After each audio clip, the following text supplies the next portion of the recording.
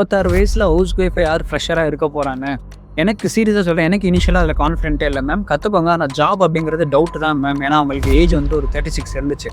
ராஜமீரா sir, எனக்கு digital marketing கற்றுக்கிட்டு work from home ஜாப்பில் இருக்கணும்னு ஆசை. எனக்கு ஜாப் பெஸ்ட்டாக இல்லை ஃப்ரீலான்சிங் பெஸ்ட்டாக?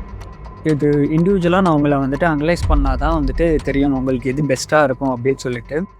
ஸோ நீங்கள் ஒரு ஹவுஸ் ஒய்ஃபாக இருக்கீங்க.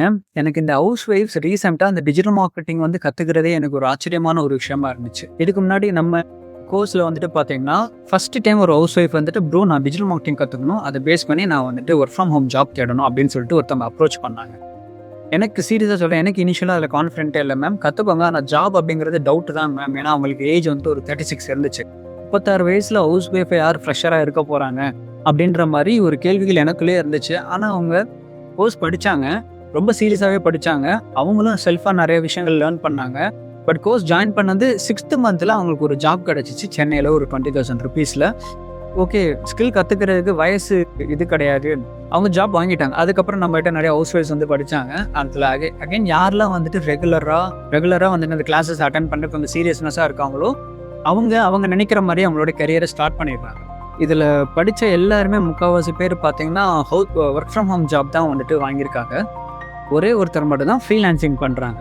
அந்த ஒருத்தருக்கு ஏன் அந்த ஃப்ரீலான்சிங் வந்து ஆப்ட் ஆச்சுன்னா அவங்களோட ஸ்கில் செட்ஸ் அதுக்கேற்ற மாதிரி இருந்துச்சு. ஏன்னா ஃப்ரீலான்சிங்கை பொறுத்த வரைக்கும் இது வந்துட்டு நாட் அ 9 to 5 ஜாப். நீங்கள் வந்துட்டு ஒரு கிளைண்ட் அப்ரோச் பண்ணுறீங்க, அந்த கிளைண்ட்டை ஹேண்டில் பண்ணுறீங்க. உங்கள் பிஸ்னஸ்க்கு நீங்கள் தான் முதலாளி தொழிலாளியும் கூட.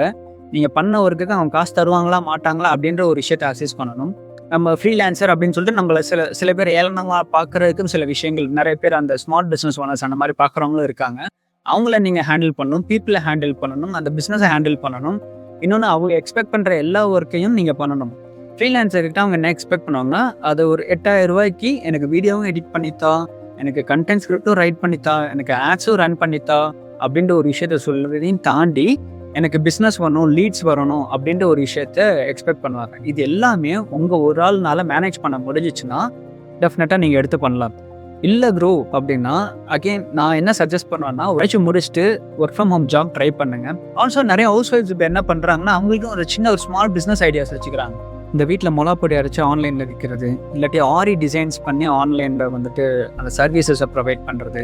அது என்னது மேக்கப் ஆர்டிஸ்ட், மேக்கப் ஸ்கில்லை கற்றுக்கிட்டு ப்ளஸ் இந்த மார்க்கெட்டிங் ஸ்கில்லையும் கற்றுக்கிட்டு அவங்களோட பிஸ்னஸ்க்கு இது கற்றுக்கிறது. ஸோ அது இண்டிவிஜுவலாக அனலைஸ் பண்ணோம்னா உங்களை வந்துட்டு இது பெட்டராக இருக்கும் அப்படின்னு சொல்லிட்டு நான் கண்டிப்பாக சஜஸ்ட் பண்ணுவேங்க. சரிங்களா?